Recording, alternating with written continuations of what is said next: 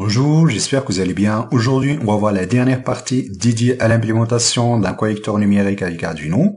Dans un premier temps, on va voir la fonction qui va vous permettre d'implémenter le correcteur numérique en se basant sur un système de second ordre. Ensuite, on va voir comment régler les paramètres du correcteur. Il existe d'autres techniques de réglage du paramètre, en particulier la technique de Ziegler et Nichols.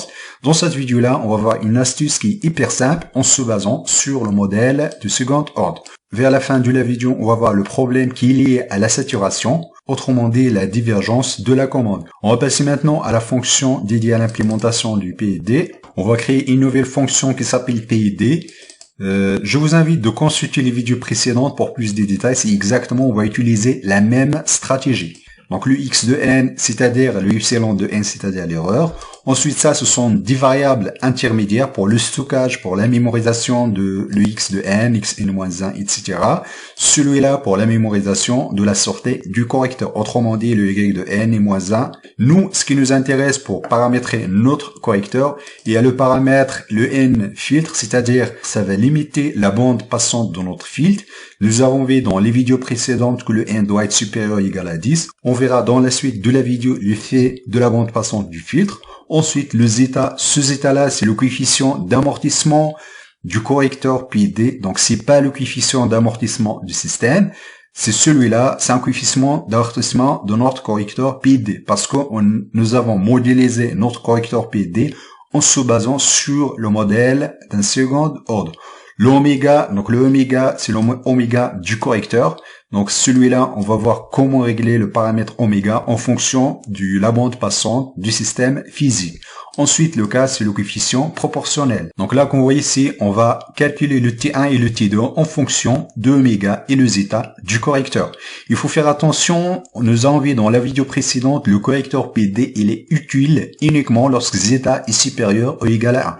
Autrement dit, on a le 1 sur T1, on a 2 0, 1 sur T1 et 1 sur T2.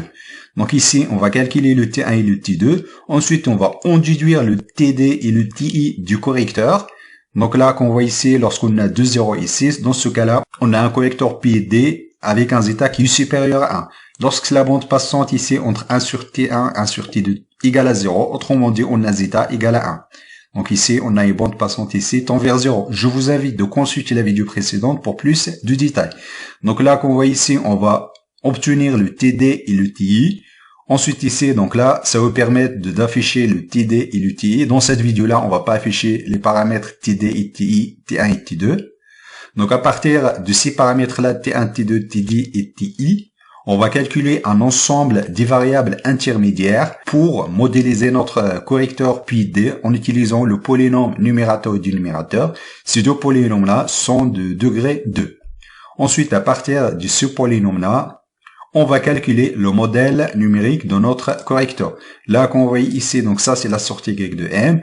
Donc, il est proportionnel à x de n, ensuite x de n-1, ensuite x de n-2.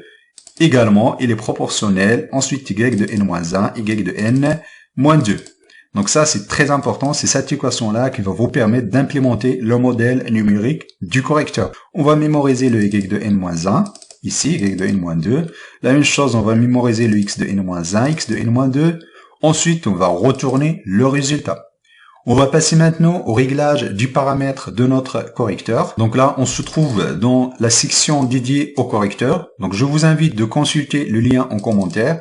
Et vous pouvez également consulter les vidéos précédentes pour plus de détails. Concernant notre correcteur PID, il est caractérisé par le coefficient K0, c'est un coefficient proportionnel. Ensuite ici, le N filtre, c'est la taille du filtre.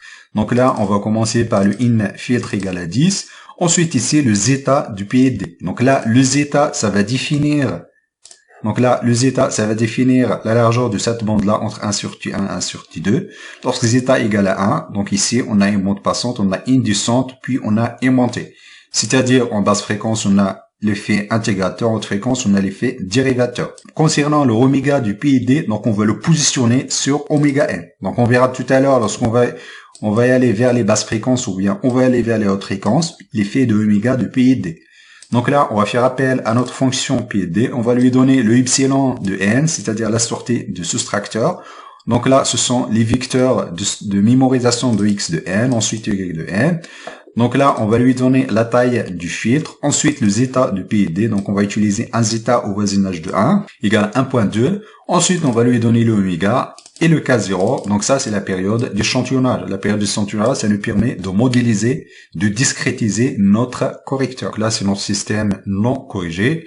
Donc, et là, c'est notre système qui est corrigé. Donc la première constatation, donc on a un dépassement qui est très important, de 70%. En régime permanent, on a une aérostatique égale à 0. Donc ça montre que l'effet intégrateur, ça marche très bien.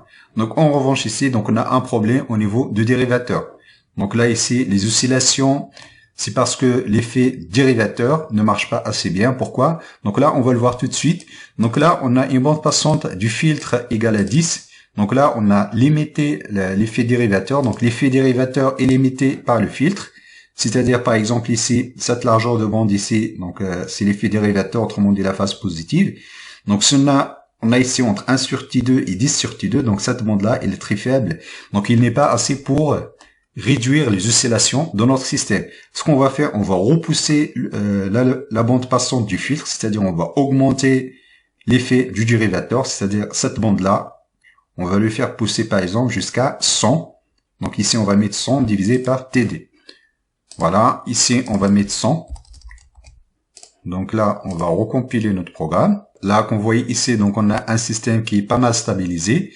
Nous avons également réduit les oscillations et le dépassement. Donc, on va voir pour les dépassements. Donc là, ici, on a un dépassement à peu près, donc le 20%, on a un dépassement d'environ 30%. Donc là, qu'on voit ici, donc le système, il est rapide. Donc là, qu'on voit ici le pic, donc le premier pic d'un système en boucle fermée non corrigé, et celui-là, le pic du système corrigé. Donc là, on a un système qui est rapide. On a également l'aérostatique égale à 0. Donc ça, c'est l'effet intégrateur. On a encore un dépassement qui est un peu plus important. Donc là, on va aller jusqu'à 250. Donc on va élargir la bande passante du filtre. Donc là, qu'on voit ici, il y a encore des petites oscillations. Donc on a un dépassement qui est inférieur à 30%. Donc on va voir, donc là, pour le moment, on va limiter la taille du filtre à 250. Ensuite, on va aller agir sur le zeta. Donc le zeta, ça va définir la bande passante. Donc là, le zeta, ça va définir cette petite bande-là. Donc là, on a un zeta au voisinage du 1. Donc ça, c'est parfait. C'est-à-dire, on a l'effet intégrateur. Ensuite, on va passer l'effet dérivateur. On va mettre zeta égale à 1. Donc ça, c'est la limite. Donc voilà, on a encore un petit peu réduit le dépassement.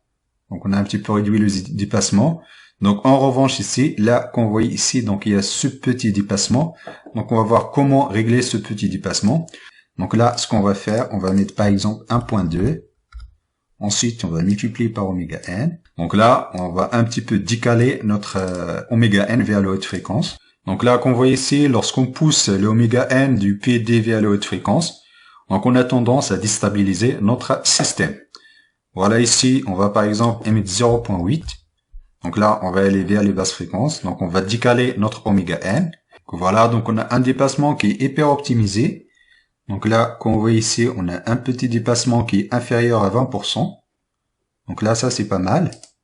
Donc ensuite ici, donc on a un zeta égale 1.1. Donc si on va y aller encore, on va un petit peu encore réduire. On va aller vers les basses fréquences. Donc là, qu'on voit ici, donc les paramètres clés du réglage de notre correcteur, on a le zeta et l'oméga n. Donc le zeta, il doit être supérieur ou égal à 1. Ensuite, on a le oméga n, donc on va aller au voisinage de la bande passante du système. Donc la plupart du système physique sont sous forme d'un filtre passe-bas. Donc un filtre passe-bas, il est caractérisé par sa fréquence de coupure. Donc ça peut être du premier ordre, deuxième ordre, etc. Donc ça, ce paramètre-là, c'est hyper important. Donc c'est celui-là que vous avez besoin de connaître pour contrôler votre système. Ensuite, le zeta, c'est nous qui le définissons. Également, donc le filtre. Donc là, on va voir pour 0,7. Donc là, qu'on voit ici, on a un dépassement qui est hyper optimisé. Donc ça, c'est très bien. Donc ensuite là, donc on va garder le 0,7. Ensuite, on va un petit peu augmenter le K. Donc le K, c'est une action proportionnelle. Normalement, ça va jouer sur la vitesse. Donc là, on va mettre 1.5. Donc voilà, on va encore augmenter le K. Par exemple, on va mettre 2.5. Donc là, il faut faire attention avec le K0. Donc il a tendance à déstabiliser le système. Voilà. Donc là, on a un dépassement. Donc on a un système qui est hyper rapide, qui est inférieur à 20%. Donc là, on va encore un petit peu augmenter le K, on va mettre 3,5. Donc il faut toujours le oméga n le positionner au voisinage de oméga. Le oméga de PID, il faut toujours le positionner inférieur ou égal à oméga n, donc au voisinage. Ensuite, le zeta, c'est au voisinage de 1. La taille du filtre, c'est toujours préférable d'utiliser supérieur ou égal à 100, par exemple. Ensuite, le K, dès que vous réglez ces paramètres-là, au début, on va mettre K0 égale à 1. Ensuite, là, ce paramètre K0, c'est à la fin, ça permet d'optimiser la vitesse de notre correcteur. Donc là, qu'on voit ici, donc on a un système qui est hyper rapide. Donc en revanche, donc là, on a un dépassement qui est énorme. Donc ça, c'est pas terrible. Là, on va garder 2.5. Donc là, on a un dépassement inférieur à 20%. On a un système qui l'aérostatique égale à 0. Donc ça, ce sont les paramètres qui sont optimales pour notre correcteur. Donc là, on va pousser les paramètres du correcteur pour avoir la divergence dans notre système. Donc on va encore un petit peu augmenter le K. On va mettre ici 10.0. Voilà. Donc notre objectif sera de déstabiliser le système. Voilà, donc le système, il est instable, ça diverge. Là, qu'on voit ici, on a 10 à la puissance 9. Le problème avec la carte Arduino, donc lorsqu'on a une commande tend vers l'infini, donc il génère un overflow. Du coup, à la sortie du PID, il n'y a plus rien. En fait, il n'y a plus rien qui sort. Par exemple, si vous voulez commander un système physique, vous définissez les paramètres du correcteur. Si jamais votre système il est instable, votre PID ne sort plus rien. C'est-à-dire ici, donc on a une divergence vers 10 à la puissance 9, après ça bloque, ça plante. Donc là, on va le voir tout de suite.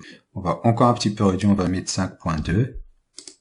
Donc là, c'est l'amplitude en fait pour chaque itération, donc il y a une rétroaction positive. Du coup, il y a une amplification exponentielle de l'amplitude du signal de commande. Donc là, on va voir plus d'oscillation, voilà. Donc là, qu'on voit ici, 5000, 12000, 30000, donc ça converge, donc ça monte, ça monte. Pour le moment, la carte Arduino, voilà, dès qu'on arrive à 5,10 à la puissance 9, donc ça plante. Donc ça génère un overflow, du coup, le correcteur PD, ça sort plus rien. Donc là, il faut faire attention, donc il faut jamais laisser une variable dans la carte Arduino qui atteint la valeur 5,10 à la puissance 9, sinon ça va générer un overflow. Donc là, on verra dans la prochaine vidéo comment intégrer un bloc de saturation numérique en utilisant la carte Arduino. Si vous avez des questions ou des propositions, n'hésitez pas à les mettre en commentaire. Je réponds à tous les commentaires. Je vous remercie de votre attention et à la prochaine vidéo.